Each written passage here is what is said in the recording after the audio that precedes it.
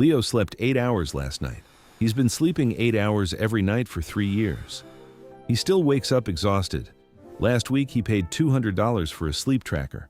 It told him his sleep was excellent. He almost threw the tracker across the room. The 8 hours rule is one of the most expensive lies in modern health. Leo has been paying the price for it without ever knowing he was being charged. He's been measuring the wrong thing his entire adult life, and the real number that controls his energy is something his expensive tracker has never even tried to read. In the next 10 minutes, you're going to follow Leo through one full day and see exactly why he wakes up tired, exactly what's happening inside his body, and exactly what he needs to change tomorrow morning. The fix takes 10 minutes. It's free, and it starts the second after his alarm goes off. It's 7 a.m. Leo's alarm goes off. He rolls over and reaches for his phone. Before his feet even hit the floor, he's already made the first mistake of his day. Inside Leo's brain, there's a small cluster of cells called the suprachiasmatic nucleus. Think of it as the body's master clock. It controls when he gets sleepy and when he wakes, when his energy peaks, when it crashes. And it has one main input that resets it daily: light. Specifically, bright morning light hitting his eyes within the first 30 minutes of waking. When that signal arrives, the brain releases a sharp burst of cortisol, the wake-up hormone. It also sets a timer for melatonin to release 14 hours later, which makes him sleepy at night. But Leo's eyes don't see the sun. They see his phone screen. His brain doesn't get the message that morning has started. The cortisol burst is weak. The melatonin timer never gets set properly. His entire 24-hour energy cycle is already broken, and he hasn't even brushed his teeth yet. By the time he gets to the kitchen, he's already losing. Leo makes coffee. Strong, 2 shots, black, on an empty stomach. Because someone on YouTube said that's what high performers do. There are 2 problems with this, and one of them is going to make him crash by 11 a.m. Caffeine works by blocking a molecule called adenosine. Adenosine is what builds up in your brain the longer you're awake. It makes you feel sleepy. When caffeine blocks it, you don't feel tired anymore. But the adenosine doesn't disappear. It just keeps building up behind the caffeine, like water behind a dam.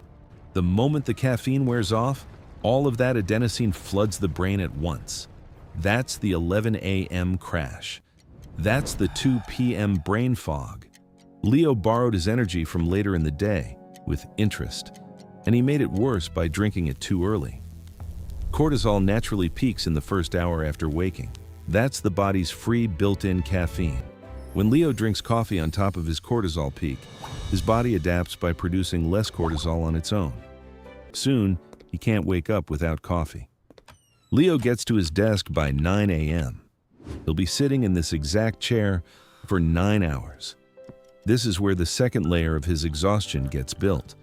The human body was designed to move throughout the day, walking, standing, shifting, reaching. When Leo sits perfectly still for hours, his blood circulation slows down. His lymphatic system stops draining. His mitochondria start producing less energy.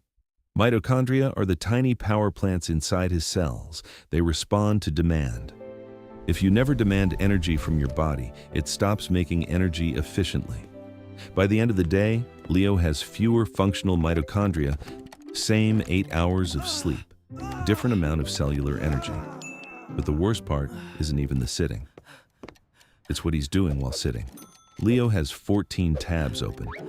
Slack is pinging, 2 monitors. He's switching between 3 projects every 15 minutes. He thinks he's being productive. His brain disagrees. Every time Leo switches tasks, his brain pays what neuroscientists call a switching cost.